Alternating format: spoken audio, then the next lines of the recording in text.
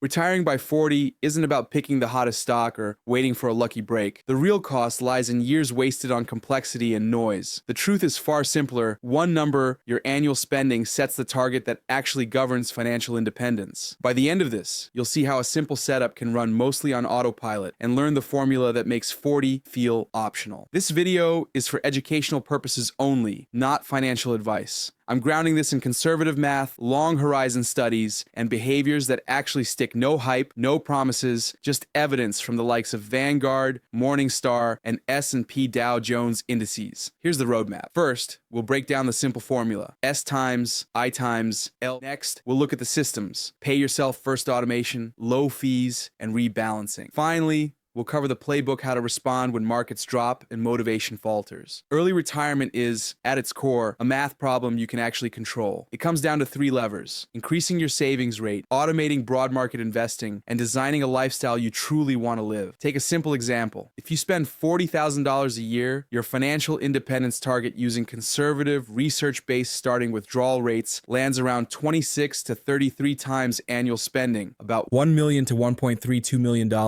If you save $2,000 a month and invest in a low-cost global index mix, the timing of when you reach that number depends far more on your savings rate than on squeezing out extra returns. Think of it as 3 levers: save more, own the market, need less. You don't have to pull them equally, just start with the easiest one. Consider Anna, a 27-year-old earning $60,000 and spending $40,000. Her savings rate is 33%. She automates 12% of her income into a retirement account and another 21% into a brokerage account, with a 60-40 stock-to-bond index mix set to buy every month. Her financial independence number is roughly 1.1 million on the same 26 to 33 by range, and every small adjustment, whether cutting spending by 1% or boosting income by the same, shifts her retirement date in a meaningful way. The common mistake is turning this formula into a hunt for winning stocks. The fast fix is simpler. Own the whole market through low-cost index funds, aiming for expense ratios typically well under 0.1%, example 0.03% to 0.06% on widely used broad market funds. Complexity sells, but simplicity compounds. Your savings rate is the steering wheel of early retirement, and automation is the power steering that makes it effortless to stay on course. Imagine a take-home income of $4,000 a month. With a pay-yourself-first setup, you automatically transfer $1,200 30% on payday. That split might look like $300 into a high-yield savings account for emergencies, $600 into total market index funds, and $300 into a bond index fund. You then live on the remaining $2,800. The key is that the money moves to your goals before you even see it. Think of this as a 2-line budget. Line 1, invest or save X%. Line 2, live on what's left. Everything beyond that is just noise. Jordan, age 32, shows how this plays out. He was spending heavily on housing and his car. With one round of calls, he renegotiated his rent down by $150, switched car insurance to save $50, canceled 2 unused subscriptions to save another $30, and began meal prepping 3 lunches a week, cutting $120 from his food bill. The result was $350 freed up each month, and his savings rate jumped from 15% to 24% in a single afternoon. The mistake most people make is obsessing over tracking dozens of spending categories until they burn out. The faster fix is to focus on the big 3, which for many households are housing, transportation, and food. Optimize those, and the small stuff won't move the needle. And because automation improves follow-through for many savers, set it and let it run. Building your investing engine is about owning a low-fee slice of the global economy, rebalancing on a set schedule, and tuning out the endless noise. A simple allocation might be 60% stock index funds and 40% bond index funds, with $1,000 invested each month. You can rebalance on a calendar example twice a year or when allocations drift materially, e.g. 5 to 10 percentage points. Index funds are baskets that mirror the market, and dollar-cost averaging, buying on a fixed schedule regardless of price, can reduce timing regret, even though lump sum usually wins statistically. Picture your money in 3 buckets. Cash covers about 3 to 6 months of essential expenses to keep daily life smooth. Bonds provide stability, softening the swings of the market. Stocks drive long-term growth. Over long horizons, global equities have outpaced inflation and other major asset classes. Priya, age 29, applies this approach. She keeps $12,000 in cash as an emergency fund, invests $800 each month into a global stock index, and $400 into a bond index. Twice a year, in June and December, a calendar reminder prompts her to rebalance. She silences uses push notifications so she can stay focused on the plan instead of market chatter. The biggest mistake is chasing star managers or specialized funds. The faster, more reliable fix is to default to total market index funds, since a majority of active funds underperform their benchmarks over longer horizons. The market may look like a voting machine in the short term, but over time, it is a weighing machine. Designing the lifestyle lever is about lowering your required spending in a way that makes financial independence arrive sooner